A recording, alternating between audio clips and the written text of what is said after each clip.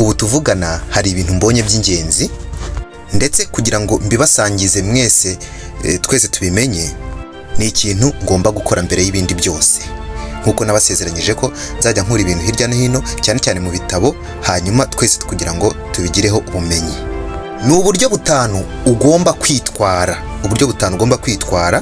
cyangwa se ugomba kwitwaramo mu gitondo mbere y'ibindi byose igihe ubyutse, kugira ngo ugire umunsi mwiza kandi uze kwirwana imbaraga.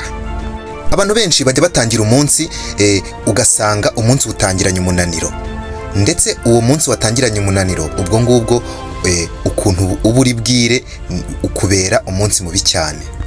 Ibyo byose rero biterwa n'iki? Ibyo byose biterwa n'uburyo wabyutsemo, cyangwa se n'ibintu bya mbere by'ibanze wakoze mu gitondo mbere na mbere.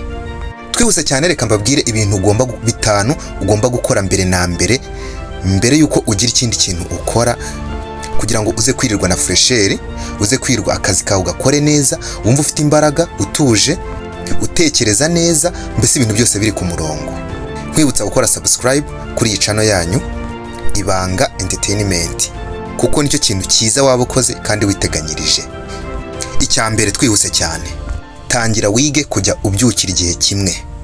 Ibi ntabwo mvuze ngo ujye ubyuka saa 10, ujye ubyuka saa 9, ahubwo wowe masteringa igihe ugomba kubyukira. Niba ari saa 11, it's okay. Niba ari saa 10, okay. Ariko buri munsi masteringa, cyangwa menya neza igihe ugomba kujya ubyukire ku isaha imwe. Ibi ngibi bigufasha kubyuka ufite gahunda. Niba uvuga uti mbyuka iyi saha, buri munsi ngiye mbyukira iki gihe iki n'iki, bituma ubyuka ufite gahunda muri wowe, ndetse no muri wowe hiremamo ikintu cy'uko ufite gahunda yo muri wowe mbere na mbere, umunsi ukawutangira ubyukira igihe kimwe. Icya kabiri, twihuse cyane, reka ibintu byo guhita ufata telefone ukibyuka. Ni amakosa akomeye cyane. Abantu benshi dukora ikosa ryo kubyuka tugahita dufata telefone, tugatangira tugascrollinga TikTok, YouTube, cyangwa se n'izindi mbuga zigiye zitandukanye, just uscrollinga gusa, kuko abantu benshi ni ibintu bimeze nkaho byatugiyemo, ni ibintu byatubayemo nk'umuco. Ubushakashatsi bugaragaza ko iyo ubyutse kuriya kuntu nta kindi kintu urakora, ukangutse ugahita ufata telefone ugatangira ukajya muri ibyo ngibyo, utakaza energy mu bintu by'ubusa. None se wowe uraba utaratangira no gutekereza gahunda y'umunsi, icyo ushaka gukora uwo munsi, umusaruro ushaka kuza kubona uwo munsi, ngo ufate ibintu byose ubishyire ku murongo uburyo umunsi wawe uri bugende, ufata telefone uratangira urascrollinze, uratangiye ugiye kuri TikTok. Ni hahandi uzasanga umutwe uzahita unanirwa, ubwonko bukananirwa, kandi mu by'ukuri nta kintu kizima wari watekereza, nta kintu kizima wari wageraho.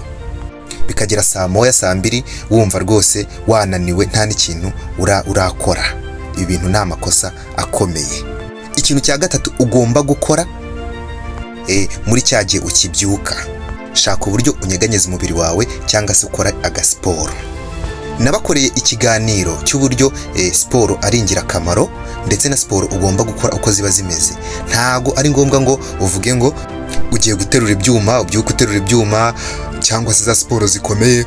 Wowe byuka ukore udu push ups, niyo zaba push ups 10, ukore udu sit ups, cyangwa se ugafata nk'iminota 30 umuvinga mu muhanda, cyangwa running.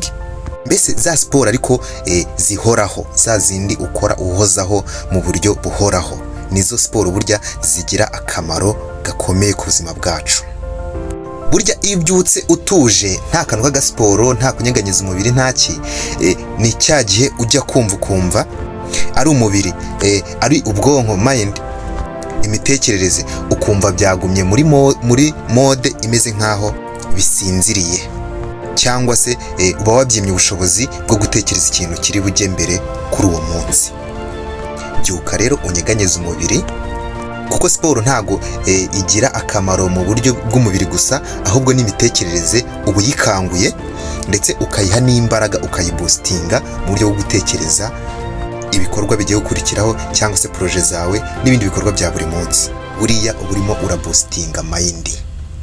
Byuka rero ukora agasiporo, kuko ibintu byo kuryama, kubyuka ugakora ibindi nta gasiporo ubanjije gushyiraho, niyo twaba udupush ups 10 ngo ubone kujya dushe, nta kantu karimo rwose. Reka. Buriya kandi ubushakashatsi bugaragaza ko kuriya kuntu uba ugenda uri muri siporo cyangwa unyeganyeza umubiri muri siporo, uba urimo urakereya cyangwa se uba urimo urarema intekerezo nshyashya. Agasiporo ka mu gitondo rero ni ingenzi cyane.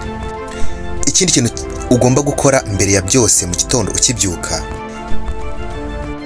cya kane, uvuye mu gasiporo, bira byose wabikoze, breakfast uri bufate shaka ukuntu iraba irimo proteine.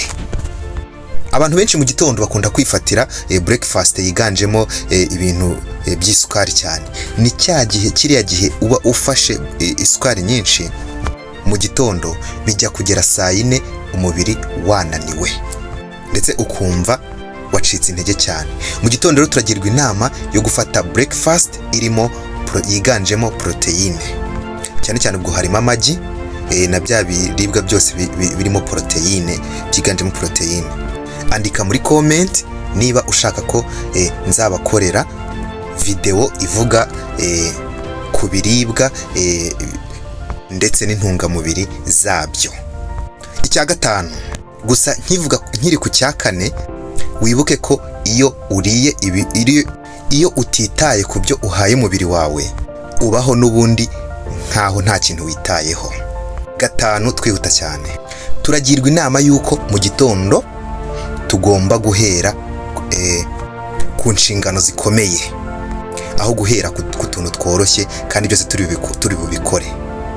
Aha ni hahandi uzasanga umuntu abyutse asubiza ama email, cyangwa se ugahera ku tuntu tworoshye. Niba wakoze ufite plan y'ibyo uri bukora uwo munsi, ugahera ku tuntu tworoshye, bira bintu ni ikosa. Hera ku bintu bikomeye hakiri mu gitondo, ku buryo uko amasaha agenda akura ariko ugenda ukora turiya tuntu tworoshye, wenda wakorera online, cyangwa se utuntu ubona tutari bugusaba imbaraga nyinshi, ariko wahereye kuri ya mataske akomeye mu gitondo. Reka duhure mu kiganiro gikurikira, nkubwira ngo niba utarakora subscribe kuri iyi channel, nyamuneka kanda wanditse subscribe kuri iyi channel yanjye ari nayo yanyu, Ibanga Entertainment. Wandike no muri comment umbwira niba witeguye ko umunsi wawe ugomba kujya uwutangira neza ukora biriya bintu twavuze haruguru. Ciao kandi ndabakunda cyane.